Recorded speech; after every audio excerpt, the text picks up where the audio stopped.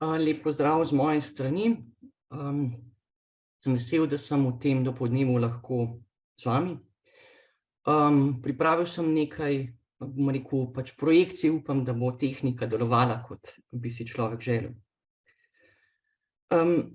Že škof Andrej nas je uvodoma nagovoril, da pravzaprav podobi sol zemlje in luč sveta govorita o pričevanski drži.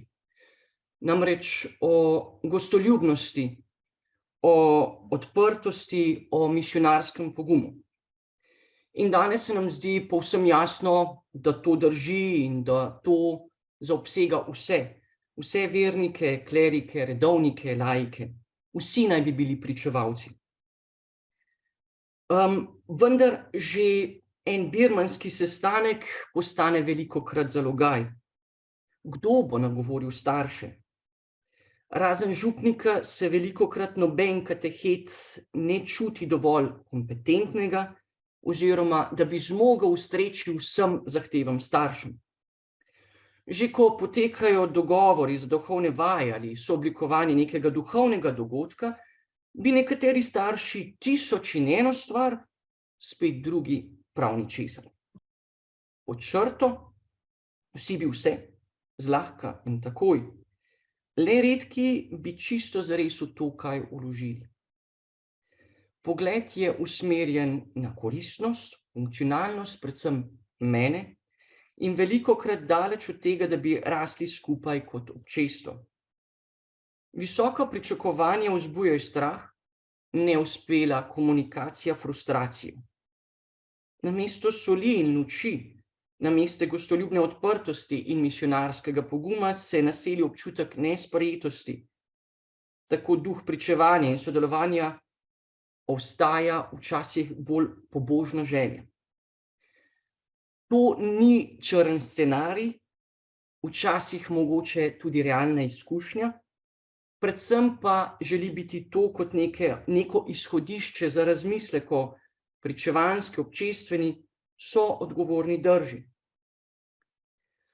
Morda to problematiko ali pa neke vrste še nezrelo držo, v kateri še vedno smo ali pa ostajamo, lažje razumemo, če pomislimo, da je ta občestveni poudarek k soodgovornosti in pričevanju pravzaprav zelo mlad. V polnem smislu se rojeva šele z drugim Vatikanskim koncilom.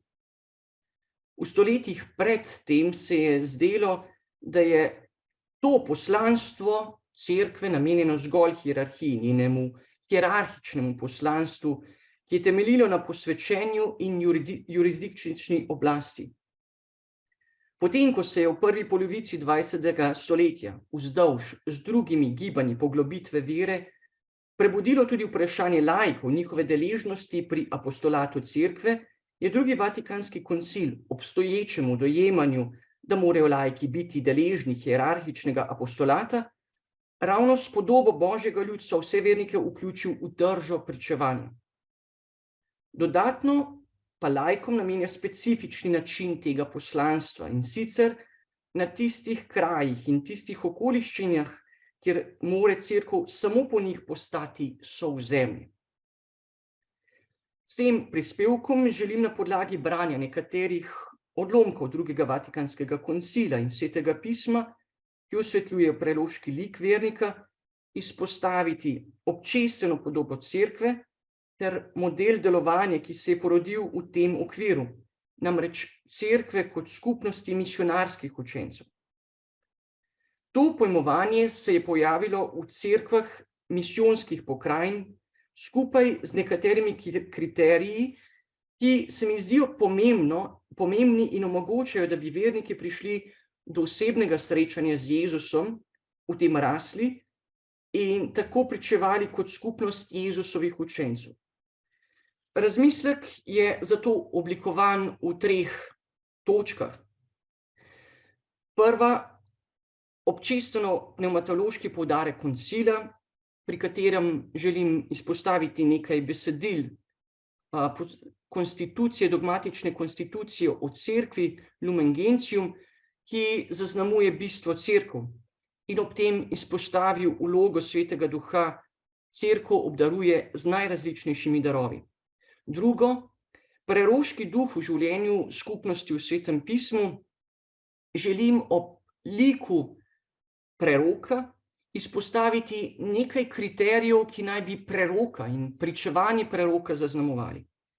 In končno, preroška poklicanost vernikov je kot tretja točka neke vrste razmislek o preroški vlogi vernika oziroma o nastajanju in delovanju malih skupnosti. Pa če vstopimo kar k prvi točki, kjer želim izpostaviti nekaj besedil drugega Vatikanskega koncila in izpostaviti tako občestveno kot pnevmatološko dimenzijo.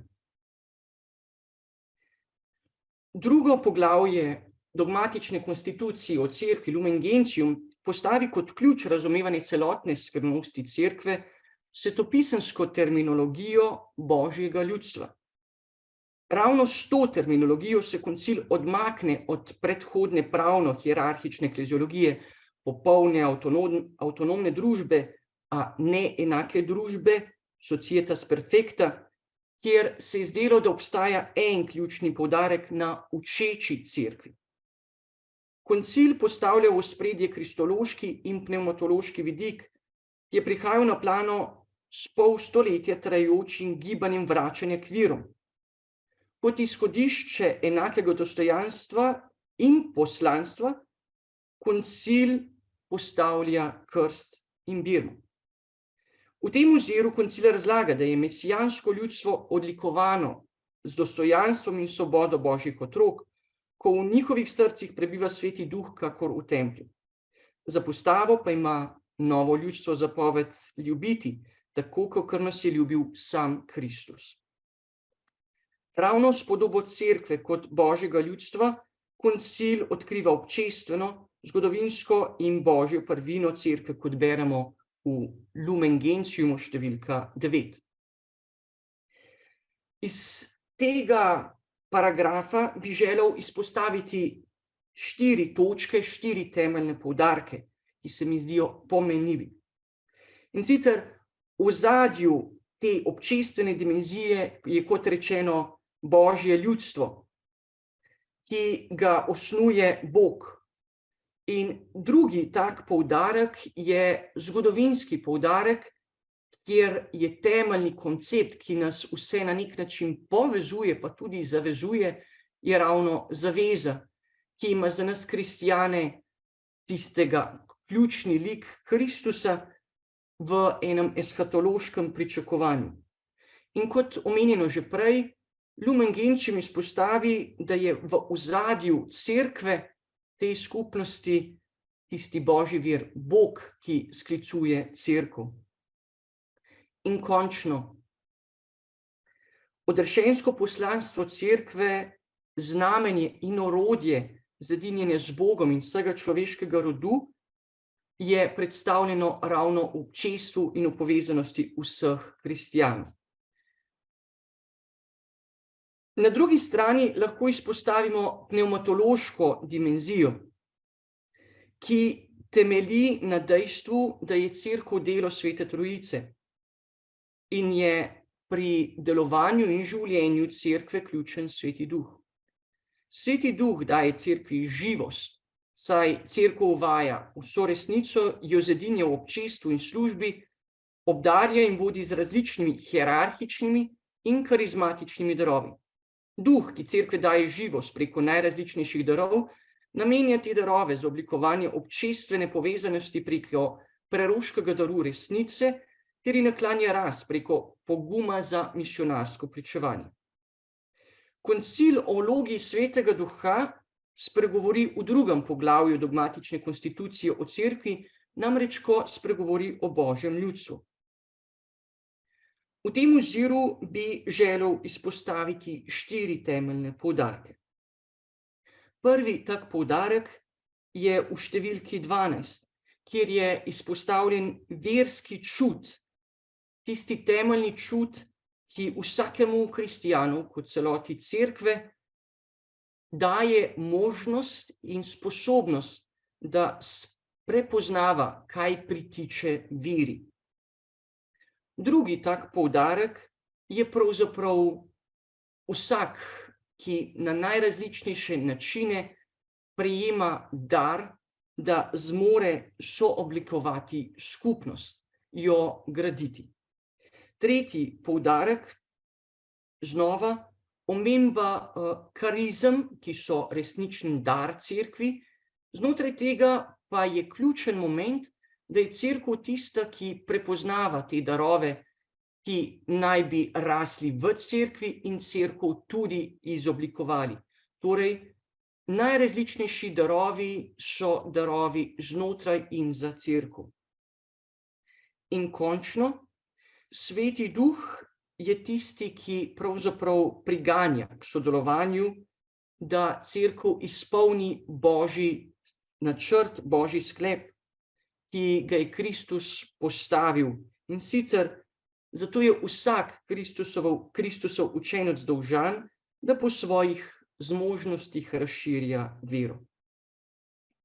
Ključno pri tem je, da so darovi duha različni, da vodijo k resnici vere in k izgradnji skupnosti. Ravno občestveni vidik predstavlja kriterij razločevanja pristnosti daru.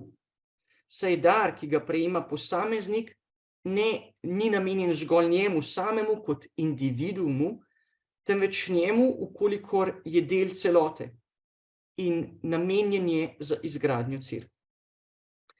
Če povzamemo, koncil razmišlja o cerkvi kot občestvu, o pripadnikih Božjega ljudstva.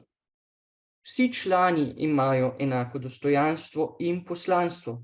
Če rečemo drugače, enakost v življenju iz ljubezni in svetosti, vendar pa na različne načine. Odrešenska resničnost in hierarhična struktura sta del Božjega ljudstva. Vsak prejema enako dostojanstvo in poslanstvo cerkve, vendar to poslanstvo v svetu dejanja z darom, ki ga je prejel. Tako kartuzijan z nočno molitvijo, kot tudi mama s previjanjem jokajočega otroka, vsak v dostojanstvu vernika, vsak na svoj način živita svetost. Torej, vsak nosi svoj delež soodgovornosti za življenje in misionarsko pričevanje cerkve.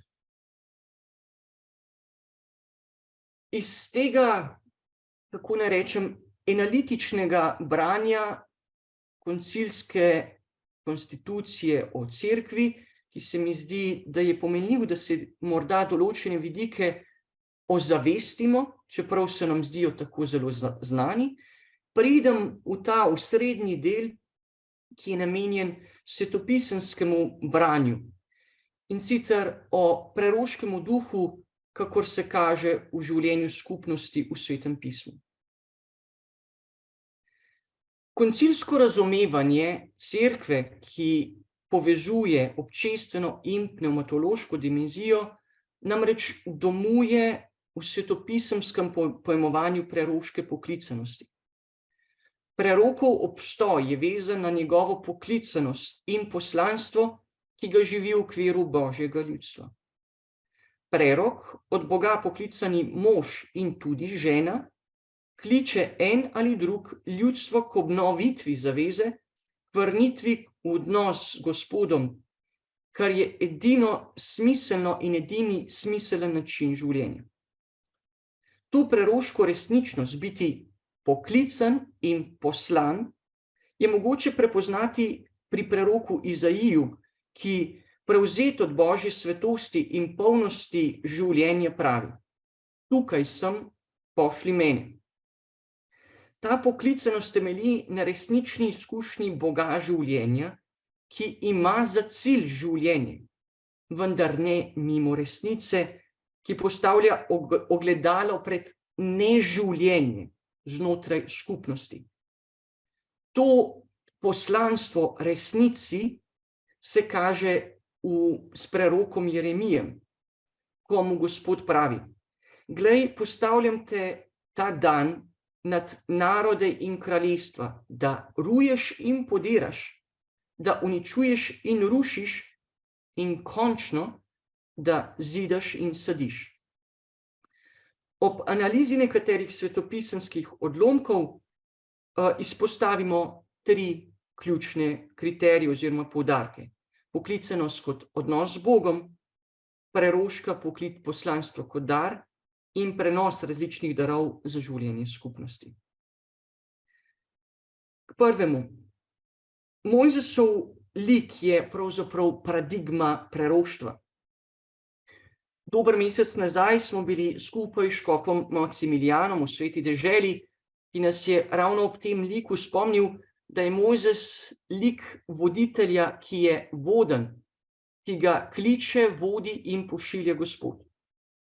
Mojzesov prvotni tukaj sem govori o vstopanju in sprejemanju Božje navzočnosti za resnično danost aktualnega trenutka. Mojzes ta odnos celotno zaznamuje. Z Bogom se pogovarja kot s prijateljem, do mere, da so Mojzesova čutenja pripisana Bogu in obratno. Ta odnos zaupanja je ključen za trenutke preizkušenj, ko ljudstvo dvomi in se pritožuje v puščavi. V tej stiski je preroški duh podeljen 70 starešinam, ki jim je zaupano mesto soodgovornosti za skupnost. Ob tem odlomku lahko izpostavimo nekaj ključnih kriterijev preroške službe, ki se mi zdijo, da so aktualne tudi za današnji čas. Problem ljudstva v puščavi pravzaprav ni naveličanost in pritoževanje nad slabo kvaliteto življenja, nad skrivnostno jedjo od dne do dne, nad mano, in niti ne hrepenenje po mesu, temveč neiskrena drža in nezaupanje Bogu, kot je razvidno v tem odlomku, da mora Bog vleči na svoja ušesa njihove dvome, kdo nam bo dal mesa. Temeljni problem ni preizkušnja, temveč kot rečeno, nezaupanje v Boga, da jim resnično želi dobro, da jih vodi v svobodo in življenje. Na drugi strani Mojzes zaznava težo teh dvomov, toda za razliko od ljudstva svojo stisko naslavlja na Boga. Njegova poklicanost je torej zaznamovana resnično kot odnos zaupanja. Ne morem sam nositi vsega ljudstva, kajti pretežko je zame. V tem pripovednem kontekstu se zgodi podelitev, razdelitev duha nad 70 starešin, kjer najdemo 4 dodatne poudarke in kjer je podčrtana občestvena dimenzija preroškega daru. Prvi vidik, ki ga smemo tu izpostaviti, je, da Gospodov duh izhaja iz odnosa. Preroški duh torej ni stvar izbire, temveč izhaja iz odnosa, iz poslušanja Gospoda. Stopil bom dol, govoril s teboj, vzel bom duha, ki je na teboj, in ga dal nadnje. Zgolj iz tega odnosa je mogoče odkrivati resnico o tem, kdo skrbi za skupnost, kdo jih spremlja na poti življenja in kdo jih zmore resnično voditi. Drugi poudarek je, preroški duh je ključen za vodenje skupnosti. Preroška služba pomeni odstiranje resnice o Božji navzočnosti in o Božjem delovanju, ter tudi presojanje in sodelovanje v medsebojnih razmerjih, kar je sicer razvidno v drugi pripovedi zgodbe v puščavi, ko si je Mojzes po nasvetu tasta Jitra pridobil starešine, ki so mu pomagali razsojati zadeve ljudstva. Tretji poudarek je, da je preroški duh prepoznan, izbran in zapisan v skupnosti. V tej skupnosti sta bila 2 moža, Eldad in Medad, ki sta bila med zapisanimi, pa nista prišla k shodnemu šotoru in kljub temu sta bila deležna tega daru. Preroški duh raste in se prepoznava v življenju skupnosti, zato presega individualni lik karizmatičnega voditelja. Nevarnost karizmatičnega daru bi bila privatizacija.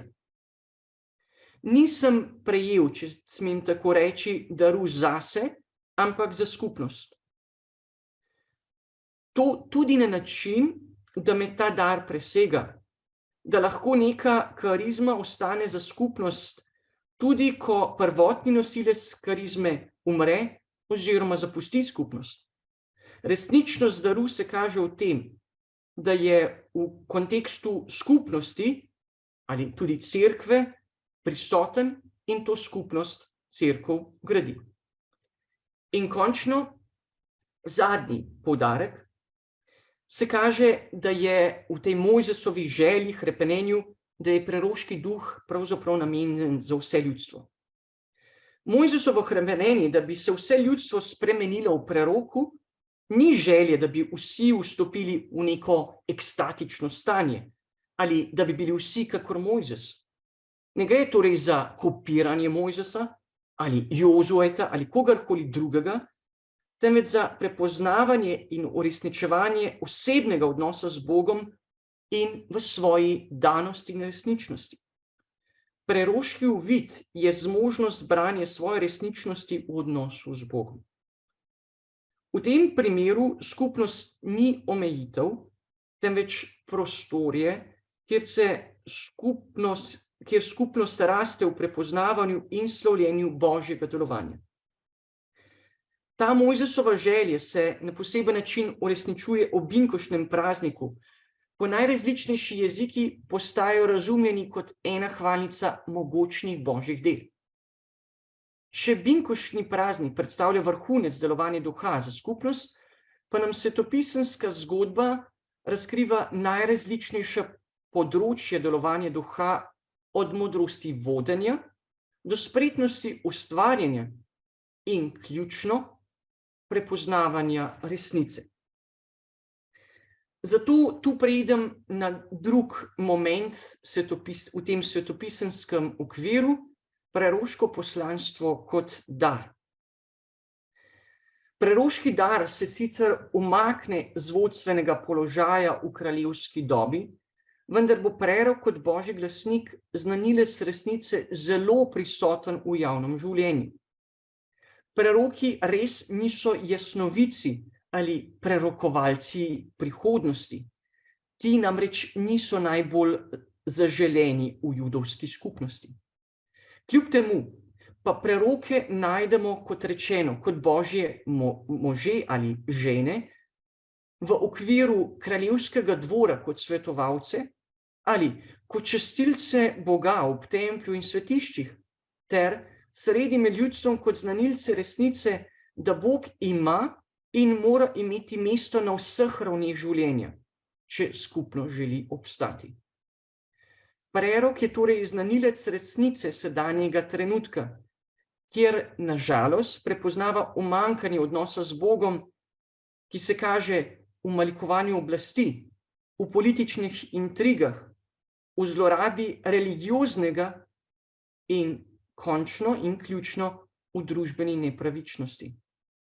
Ravno zato prerok brani resnico in se zoperstavi vsem obstoječim vodstvenim funkcijam, kralju, duhovniku in tudi sopreroku, ki so se ujeli v svoje interese, lažna sanjarjenja po rešitvi z lažnimi močmi, kar odvrača od Boga in uničuje ljudstvo samo. Če rečem tu, je prerok mož, žena, ki živita v odnosu z Bogom, zato vidi in izpove slepoto voditeljev in ljudstva, da bi se ob tej kritiki vsaj kdo spreobrnil.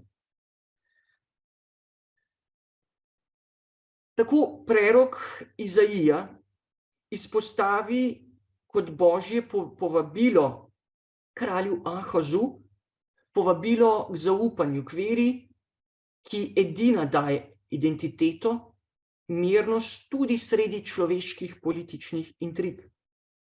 Preroški glas sporoča, da vera v Boga prinaša modrost in preudarnost, ki sta ključni tudi na političnem parketu.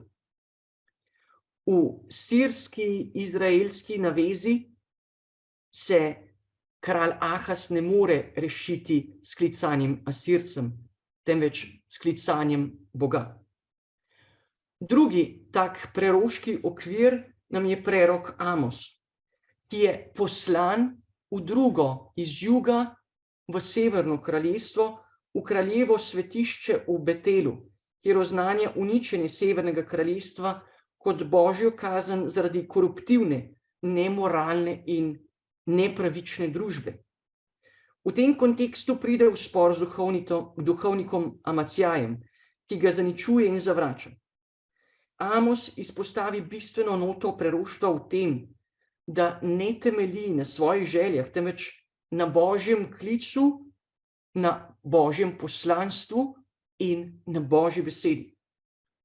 Zloraba moči in položaja uničuje ljudstvo. Računanje na lastno, krivično pridobljeno moč je absurdno in zato ne morejo imeti ne miru in ne uspeha, zlasti ne ob napadu Asircev. In končni. Tretji vidik je božje opozorilo tudi za preroka. Ob tem se srečamo s prerokom Jeremijo. Prerok, ki sodeluje na dvoru in ki seveda upa na najboljši scenarij za ljudstvo, se ob tem lahko ujame v želje svojega srca. To prerok Jeremija predoči preroku Hananjaju, ki misli, da se bodo hitro rešili Babiloncev. Jeremija pričuje, da bistveno ni nemoč, niti ne udor velesile kot Babilon, temveč zaupanje in sledenje Božjemu glasu. Preroški glas usmerja k Bogu. Le Bog daje ljudstvu identiteto, ohranja življenje in obljublja rešitev tudi sredi najtežjih preizkušenj. In še tretji poudarek. Prenos različnih darov za življenje skupnosti.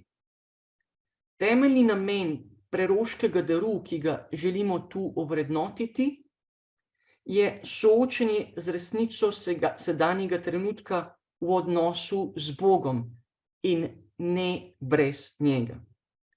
Poleg tega pa duh daje tudi druge darove, ki gradijo življenje skupnosti.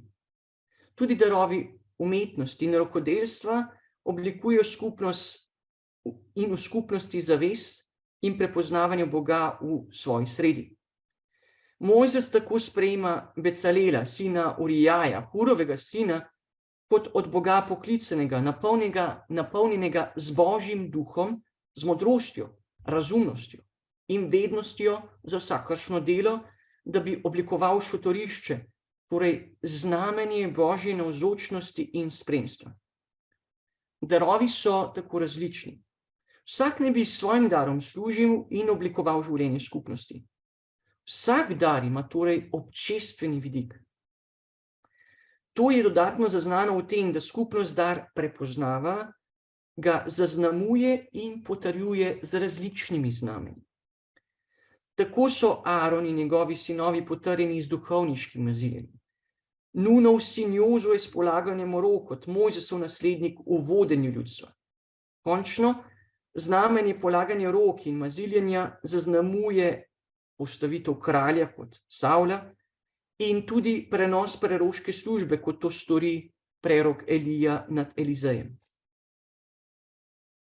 S pogledom v različne starozavezne odlomke smo videli najrazličnejše darove, ki na najrazličnejše načine oblikujejo življenje skupnosti.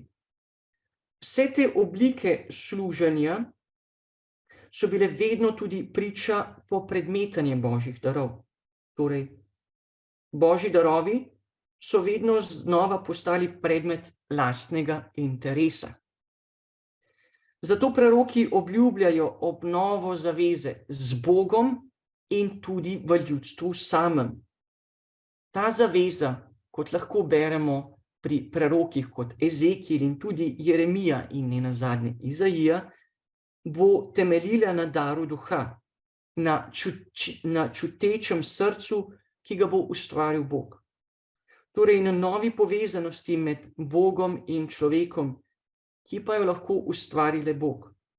Ne s prisilo, temveč na podlagi človekove odprtosti za to povabilo. S pogledom v dopolnitev te obljube o binkoštnem prazniku Peter pokaže, da gresta krst v ime Jezusa in prihod Svetega Duha z roko v roki. Tako zvedavi množici ob tem prazniku pravi: spreobrnite se, vsak izmed vas naj se da v imenu Jezusa Kristusa krstiti v odpuščanju svojih grehov in prejeli boste dar Svetega Duha. Pri tem je ponujeno novo dostojanstvo krščenih, ki so in smo oblekli Kristusa.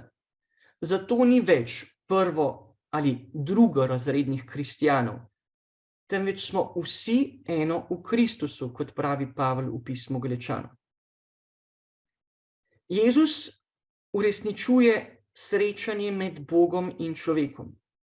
Kot pravi Bog in pravi človek, je poln izraz bivanja Boga med ljudmi in polna uresničitev trojne službe, ki jo je Bog podelil za oblikovanje ljudstva, kot smo prebirali v starozaveznih odlomkih. Jezusova novost je popolna izročitev Bogu. Je sprejetje življenja hlapca, smrti sužnja, v popolnem zaupanju Bogu, kar mu prinaša novo življenje. To je Jezusova pot in na to pot smo pravzaprav povabljeni mi vsi s krstom. Novo življenje v Kristusu pomeni opustiti miselnost gospodovanja, ležernosti ter lažne gotovosti samoohranitve ob grabljenju darov zgolj v svoj prid. Povabljeni smo k sooblikovanju. V tem se mi zdi, da se moramo vsi postaviti ogledalo in se nekako spreobrniti. Lažno mišljenje oziroma meseno mišljenje vodi pravzaprav zgolj v smrt. Greh napuha in posodovanje zaznamuje ne zgolj človeka v raju, ampak tudi prvo skupnost vernikov in ne nazadnje tudi nas danes. Pavel vztraja, da smo prejeli duha posinovljenja, duha Božje ljubezni, da smo tako postali sodediči s Kristusom, s katerim sodelujemo pri odrešenju sveta. Krst pomeni vstop v zavezo v Kristusu in oblikovanju ljudstva, ki je izvoljen rod, kraljevsko duhovništvo, svet narod in ljudstvo za Božjo last, ki oznanja odlike tistega, ki jih je poklical iz teme v svojo čudovito luč. Prebiranje preroških odmevov v Svetem pismu nam pomaga izoblikovati kriterije za oblikovanje skupnosti. 3 bi izpostavil. Odnos in prenos Božje besede. Dar resnice kot merilo življenja. In različnost darov za oblikovanje življenja skupnosti. S tem prehajam tretjemu oziroma k tretji glavni in krajši, morda nekoliko bolj praktični točki, k razmisleku.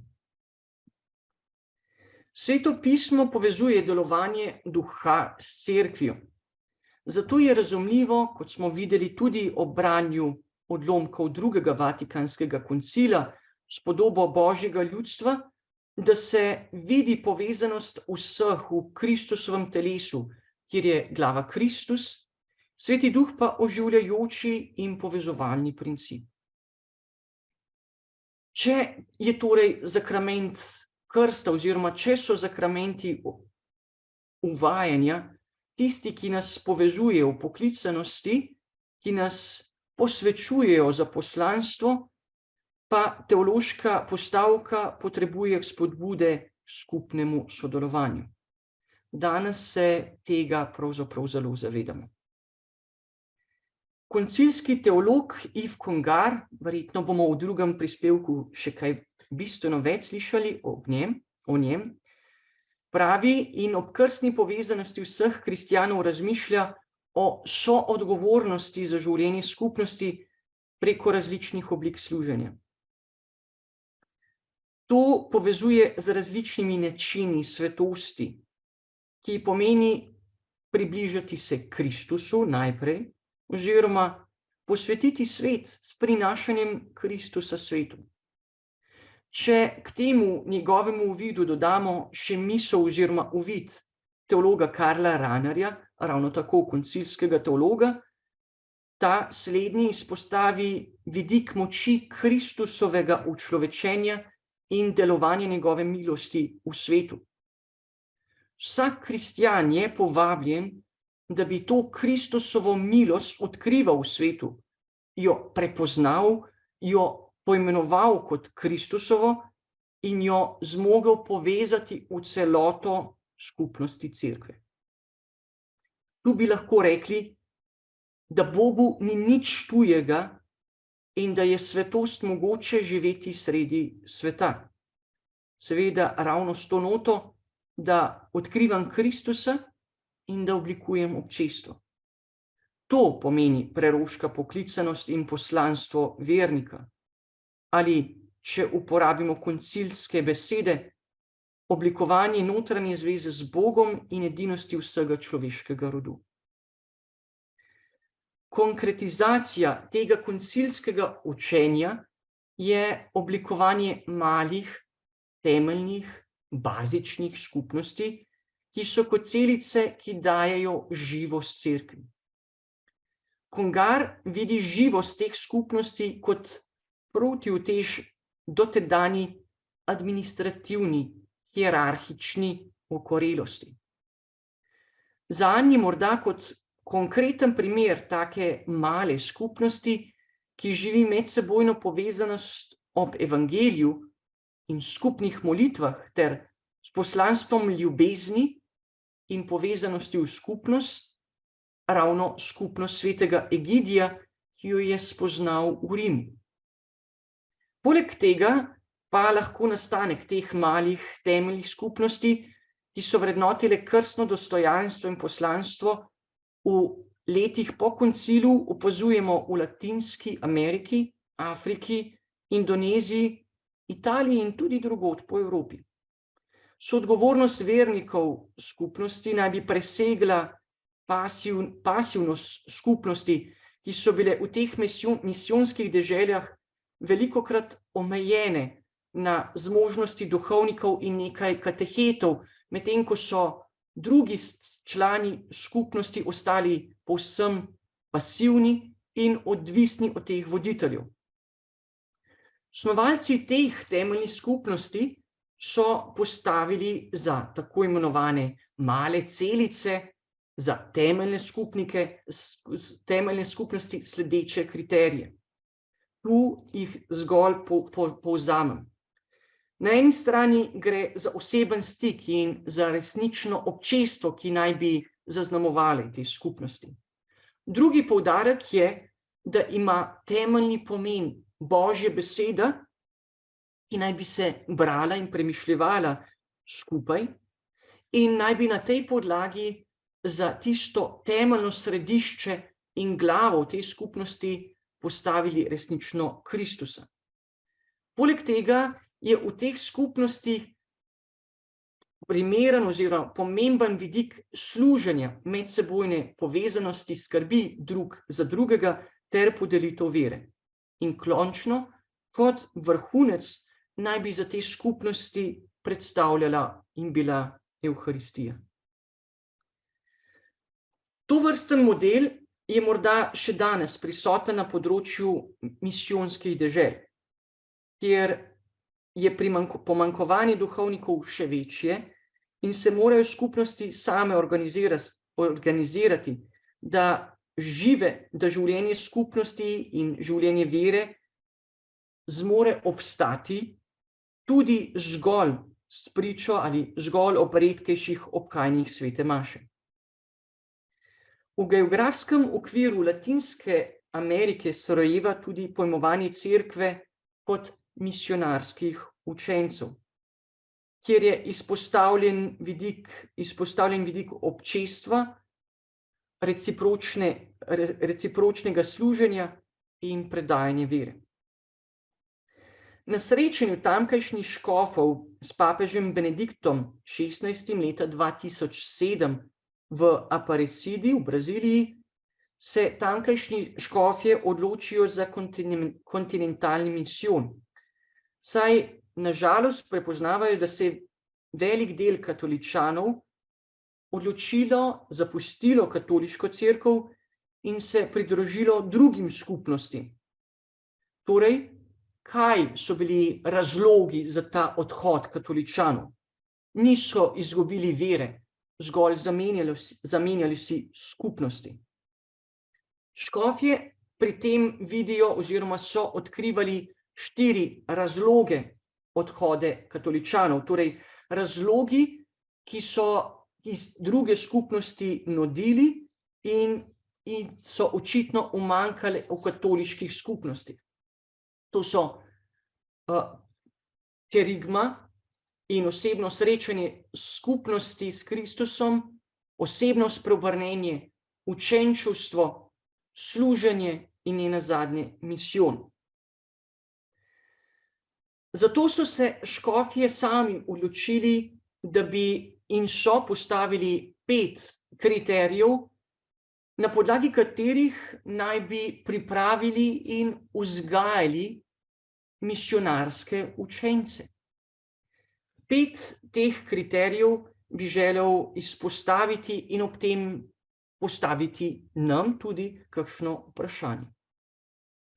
Prvi ta kriterij, ki nam omogoča razmislek ob izoblikovanju naših skupnosti, je pomen pristnih odnosov ob kerigmi. V družbi odtujenosti je gotovo ključen poudarek in ključen občutek sprejetosti, domačnosti. Kaj pravzaprav potrebujem za ta občutek domačnosti, slišanosti in sprejetosti? Kje so morda naša življenja, da nas tam sreča Jezusovo oznanilo smrti, predvsem pa njegovega vstajenja? Drugi poudarek, ki so ga škofje izpostavili, je osebno spreobrnenje. Kje naj bi se zgodil tisti preroški tukaj sem? Kje naj bi se zgodilo tisto srečanje z Gospodom in spreobrnenje? Kam je, če smem tako reči, usmerjen naš pogled? In kje prepoznavam navzočnost Boga v svojem življenju? To je ključno vprašanje ob tem drugem kriteriju osebnega spreobrnenja. Tretji vidik je učenčevstvo. Ob tem kriteriju so škofje izpostavili to, da naj bi rast in poglabljanje razumevanja Jezusove osebe potekalo preko katehes in tudi sakramentov. To je ključen vidik, da bi rasli skupaj po poti. Pri tem izpostavijo, da to pomeni pravzaprav doživljenjski proces, kjer je ključno vprašanje, kako poglobiti odnos z Jezusom in udejanjiti njegov način življenja v svojem življenju. S tem seveda nikakor ni zanikana vloga učiteljstva, ker o tem govorijo škofje sami. Njihova vloga je morda kot očetov, ki skrbijo in varujejo svojo družino, ali kot prerok Mojzes, ki je bil v stiku z Bogom, da je zmogel biti tako v oporo in pomagati ljudstvu, da bi prišlo tudi ono v stik z Bogom. Tako imajo tudi pastirji posebno mesto in vlogo voditelja, vodenja in usmerjanja v skladu s tistim Avguštinovim: za vas pastir, z vami pa vernik. Ob tem lahko izpostavljamo ključen vidik, medsebojnega poslušanja na tej isti poti. Četrti vidik je odgovorno služenje v občestvu. Odkrivanje božjih darov, kot smo velikokrat že danes omenjali, je ključno in je ključno tudi za oblikovanje skupnosti. Kar se mi zdi temeljno vprašanje za nas vse je, kako se učiti tega pogleda. Pravzaprav vsi, da smo vsi del skupnosti in vsi odgovorni za to. Kaj nam pri tem lahko pomaga? Kaj nam lahko pomaga, da bi se počutili med seboj bolj povezane in soodgovorne, da bi si zmogli skrbeti drug za drugega? Morda so to resnično male skupine, pa naj bo to zakonske ali oblike družinskih katehes ali drugi načini. Kaj lahko vsakemu izmed nas pomaga, da bi odkril v skupnosti svoje mesto in mesto, kjer lahko služi in kjer lahko zori. In končno, misijon. Zrela skupnost mora rasti in raste preko poslanstva, apostolata, misijona. Iz odnosa, odkritja daru, sledenja oznanjevanju, želji po rasti in izgradnji božjega ljudstva. Preroška poklicanost vernika temelji na osebni izkušnji srečanja z Jezusom, na osebnem spreobrnenju. To predstavlja odkritje skupnosti in obdarovanosti. V tej skupnosti lahko vernik najde svoj dom, način služenja in končno način pričevanja. Če rečem, ne le občestvena, ampak preroška ekleziologija je ključna za današnji svet. To je pravzaprav razvidno tudi iz te spodbude evangelij oziroma veselje evangelija, ki nam jo podaja papež Frančišek, v kateri izrazi pričujočo misel, ki jo povzemam v dveh kratkih izpostavkih. To, da smo pravzaprav vsi skupaj na poti kot misionarski učenci, ki naj bi rasli iz spodbude Božje besede. In končno, da naj bi v skupnosti in za ta svet služili in stopili v ta svet z usmiljenjem. Če bi torej poskušali povzeti in povezati s preroško poklicanostjo in poslanstvom vse to do sedaj povedano, vidimo pravzaprav tu pred nami definicijo Jezusovih učencev, ki so ključni. Prvi, odnos, biti z njim. Drugi, dar, služiti v njegovi moči. In končno, prenos, uznanjati Božje kraljestvo. Sol zemlje in luč sveta sta podobi, ki izražata našo skupno poklicanost in poslanstvo. Ko sem včeraj zvečer na srečanju zakonske skupine vprašal zakonce, kaj bi storili v začetku omenjenem birmanskem sestanku, kako bi se soočili s to situacijo razdeljenosti staršev, ki bi bodisi vse, bodisi povsem nič, so mi pravzaprav zelo preroško odgovorili. Ponudili bi jim uho in zrcalo. Poslušali jih bi in obenem vprašali, kaj si vi kot starši resnično želite za otroke? Kaj jim bo resnično gradilo in jih izoblikovalo v življenju? In zrcalo, ki ga bi postavili kot zgodbo o razkoraku med željami in dejanji, da bi spoznali, da morajo tudi sami sprejeti odgovornost za življenje in živost sebe, svojih otrok v cerkvi. Pri tem je podoba učenca, misijonarja pomenljiva. Z njo želim zaključiti. Ta podoba želi posamezniku in skupnosti pomagati pri oblikovanju osebnega odnosa z Bogom v sprejemajoči skupnosti, zaživeti preroško poklicanost v služenju v občestvu ter končno zaživeti poslanstvo služenja v usmiljenju svetu, kot govori o tem papež Frančišek.